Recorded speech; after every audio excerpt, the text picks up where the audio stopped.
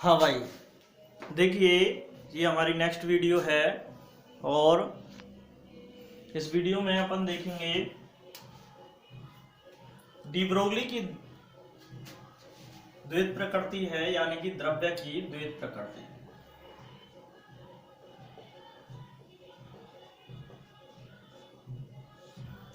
द्रव्य की द्वैत प्रकृति का मतलब क्या है कि जो द्रव्य है वो दो तरह की प्रकृति दर्शाता है। दो तरह की प्रकृति का मतलब क्या है कि वो तरंग प्रकृति और कणीय प्रकृति दोनों तरह की दर्शाएगा। कहने का मतलब जब कोई भी द्रव्य है, ये जो द्रव्य है, कोई भी पदार्थ है, अगर ये गति करता है, ये गति कर रहा है और ये अगर गति कर रहा है तो इसमें से तरंग भी निकल सकती हैं और कण भी निकल सकते हैं। कहने का मतलब जैसे ये नाविक है और इस नाविक के चारों तरफ इलेक्ट्रॉन चक्कर लगा रहा है, तो ये दोनों ही तरह से चक्कर लगा सकता है। या तो ये तरंगे के रूप में भी चक्कर लगा सकता है भाई, और या फिर ये किसके रूप में चक्कर लगा सकता है, कण के रूप में, इस तरह से। तो कोई भी द्रव्य है, कोई भी पदार्थ है, अगर वो गति कर रहा है तो उससे संबंधित तरंग या कण दोनों ही तरह की प्रकृति होती है। जैसे प्रकाश है, प्रकाश में भी दो तरह की प्रकृति पाई जाती है, जिसे अपन प्रकाश की द्वैत प्रकृति कहते हैं। तो ऐसे ही ये है कि इसमें भी दो तरह की प्रकृति पाई जाती हैं, कणीय और तरंग। इसी को ही अपन द्रव्य की द्वैत प्रकृति कहते हैं। और ये द्रव्य की द्वैत प्रकृति जो दी थी, किसने दी थी? डी ब्रोगली नामक वैज्ञानिक ने दी थी भाई। किसने? डी ब्रोगली नामक वैज्ञानिक ने दी थी। ठीक है, तो अब देखो इसका व्युत्पन्न अपन कैसे करते हैं। दो समीकरण थे हमारे पास ऊर्जा के, उनसे एक तो प्लांक का क्वांटम सिद्धांत, प्लांक के सिद्धांत से। प्लांक ने जो सिद्धांत दिया था भैया, ये क्या दिया था तुम्हारा? E बराबर एच न्यू दिया था कि नहीं? E बराबर एच न्यू दिया था। और यहाँ पे अपन देख लेते हैं, एक आइंस्टीन ने भी समीकरण दिया था। आइंस्टीन के अनुसार, ये देखो आइंस्टीन के अनुसार क्या होता है, E बराबर mc स्क्वायर। तो यहाँ पे अपन देखेंगे ऊर्जा को ऊर्जा के बराबर रखा जा सकता है। तो देखो बेटाओ, तो एच न्यू बराबर किसके हो जाएगा? mc स्क्वायर के। तो यहां से एच न्यू की जगह मैं क्या लिख सकता हूं? sc अपॉन लेमडा और बराबर mc स्क्वायर। तो एक सी से एक सी कैंसिल हो गया, यहाँ पे क्रॉस मल्टीप्लिकेशन हो जाएगा, वज्र गुणा, लेमडा इधर चला जाएगा, mc इधर आ जाएगा। तो भैया लेमडा बराबर h अपॉन mc, ये हो जाएगा लेमडा बराबर h अपॉन mc। अब लेमडा बराबर h अपॉन mc, ये तो c तो क्या है भाई? प्रकाश का वेग है, लेकिन हम यहाँ कण का वेग ले रहे हैं। तो यहाँ लिख देंगे कि प्रकाश के वेग के स्थान पर, प्रकाश के वेग के स्थान पर कण का वेग रखने पर, तो कण का वेग अगर हम रखेंगे तो लेमडा बराबर हो जाएगा h अपॉन mv। तो ये समीकरण आ जाता है कि लेमडा बराबर h अपॉन mv। यहां से संवेग होता है मोमेंटम, यानी कि p बराबर mv। तो इसे अपन यूं लिख सकते हैं, लेमडा बराबर h अपॉन p। अगर h कांस्टेंट है भाई तो लेमडा व्युत्क्रमानुपाती p। तो इस तरह से ये द्रव्य की द्वैत प्रकृति का समीकरण व्युत्पन्न हो जाता है। तो कर सकते हो भाई तुम। तो इस तरह से अपन इसको कर सकते हैं। ठीक है, अब यहाँ पे अपन देखें H क्या है? प्लांक स्थिरांक। H बराबर प्लांक स्थिरांक है भाई, और इसका मान तुम जानते ही हो, 6.62 गुणा 10 की power minus 34 joule into second. Okay, कर सकते हो कि नहीं? चलिए इस पे आधारित कुछ एक न्यूमेरिकल भी कर लेते हैं अपन।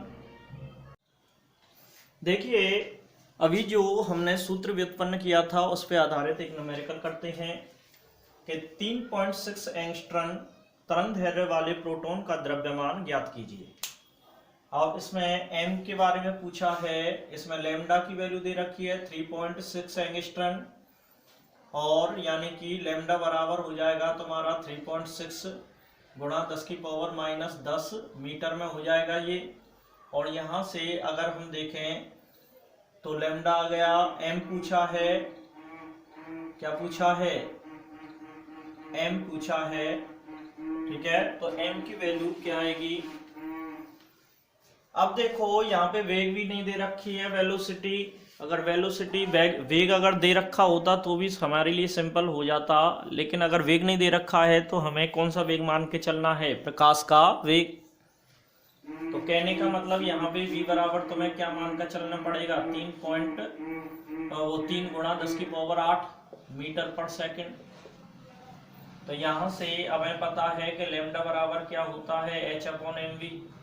तो m बराबर निकालेंगे तो भैया h/λv हो जाएगा कि नहीं। तो h बराबर क्या होता है तुम्हारा 6.62 गुणा 10⁻⁻34 बटे लैम्डा कितना होता है तुम्हारा, लैम्डा है 3.6 गुणा 10⁻⁻10 और गुणा v कितना है 3 गुणा 10⁸। इसको सॉल्व करना है भाई, सॉल्व कर सकते हो कि नहीं। तो सॉल्व कर लेना, तुम्हारा ये जो आएगा, ये जो मान आएगा तुम्हारा 6.13 m बराबर गुणा 10⁻⁻29, ये जो वैल्यू आती है किस में आती है, सूत्र में किलोग्राम में, किस में आती है, किलोग्राम में। तो करके देख लेना आराम से, गुणा भाग तो भाई तुम्हें ही करने हैं, मैं कुछ नहीं कर पाऊंगा इसमें, ठीक है। देखो एक और न्यूमेरिकल देखते हैं कि भैया 0.1 kg द्रव्यमान और 10 मीटर पर सेकंड वेग से गति कर रही गेंद की तरंग दैर्घ्य क्या होगी। तो अब इसमें हमारे लिए एक तो क्या दे रखा है, मास यानी कि द्रव्यमान दे रखा है, और एक वेग भी दे रखा है, वेलोसिटी। अब इसमें देखते हैं अपन, यानी कि m बराबर दे रखा है कितना, 0.1 kg, और यहाँ पे वेग दे रखा है कितना, 10 मीटर पर सेकंड। तो देखो दोनों ही मात्राएं दे रखी हैं हमारे लिए, और लैम्डा बराबर पूछ रहा है, तो लैम्डा बराबर होता है h/mv। तो लैम्डा बराबर h की वैल्यू कितनी होती है, 6.62 गुणा 10⁻⁻34, और m की वैल्यू दे रखी है 0.1, और ये होता है 10। अब यहाँ पे हमें पता है ये 0.1 है और ये 10 है, तो ये दोनों एक दूसरे से कैंसिल हो जाएंगे, क्योंकि 0.1 का मतलब क्या होता है, 1/10। तो कुल मिला के लैम्डा का मान जो आ गया तुम्हारा 6.62 गुणा 10⁻⁻34 आ जाएगा कि नहीं। और ये जो मान आता है किस में आता है तुम्हारा, मीटर में, किस में, मीटर में आता है। तो कर लोगे भाई। चलिए एक न्यूमेरिकल और कर लेते हैं अपन। देखो अगला न्यूमेरिकल है कि एक इलेक्ट्रॉन का द्रव्यमान 9.1 गुणा 10⁻⁻31 kg है, तथा इसकी गतिज ऊर्जा जो है 3 गुणा 10⁻⁻25 जूल है। तो इसकी तरंग दैर्घ्य क्या होगी। तो देखो हमारे लिए केवल मास दे रखा है, m बराबर दे रखा है कितना, 9.1 गुणा 10⁻⁻31 kg। अब इसमें वेग नहीं दे रखा है, क्या नहीं दे रखा है, वेग। और वेग नहीं दे रखा है, लेकिन वेग के लिए एक हिंट दे रखी है, गतिज ऊर्जा।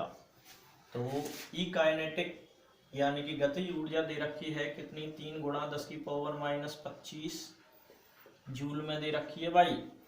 और काइनेटिक यानी कि हाफ mv² बराबर कितना होता है, 3 गुणा 10⁻⁻25, ठीक है।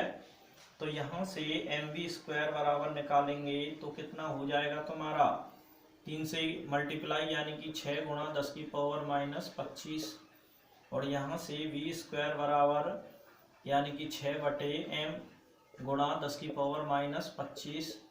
तो v² बराबर हो जाता है 6/m की वैल्यू दे रखी है 9.1 गुणा 10⁻⁻31, और ऊपर की तरफ है तुम्हारा 10⁻⁻25।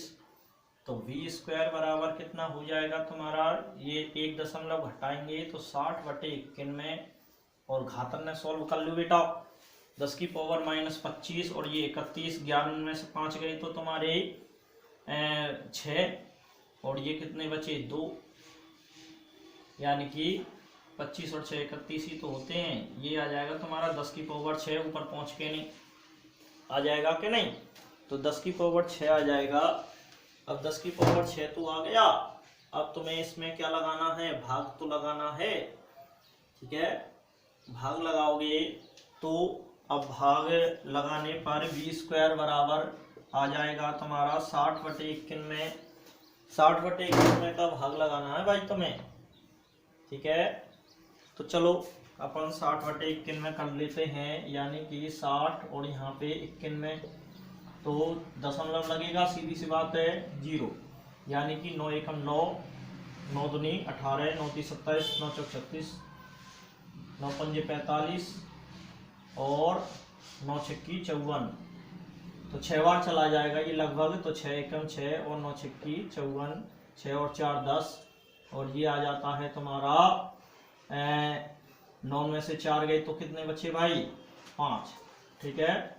और फिर 0 ले लेंगे और 0 लेने पर क्या होगा तुम्हारा 540, यानी कि 9 पंजे 45 और 9 छक्की 54, यानी कि 5 बार जाएगा ये, 5 एकम 5 और 9 पंजे 45, यानी कि 10 में से 5 गया तो कितना बचा, 10 में से 5 गए तो 5 बचे और ये 8 बचे, 8 और 5 13, ठीक है।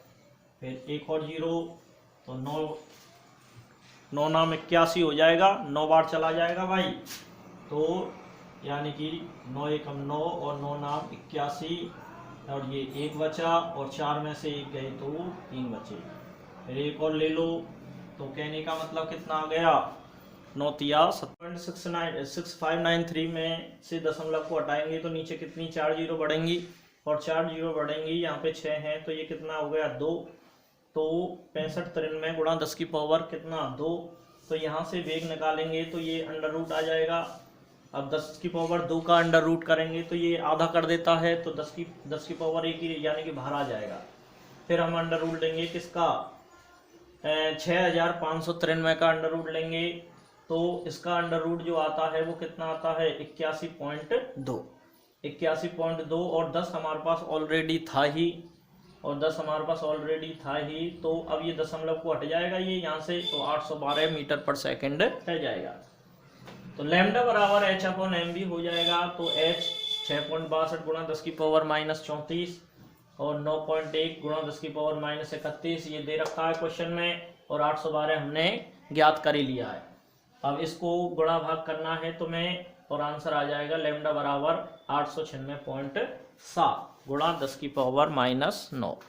तो इस तरह से हम इस न्यूमेरिकल को सॉल्व कर सकते हैं, ठीक है। तो मेरे हिसाब से कोई दिक्कत नहीं आनी चाहिए।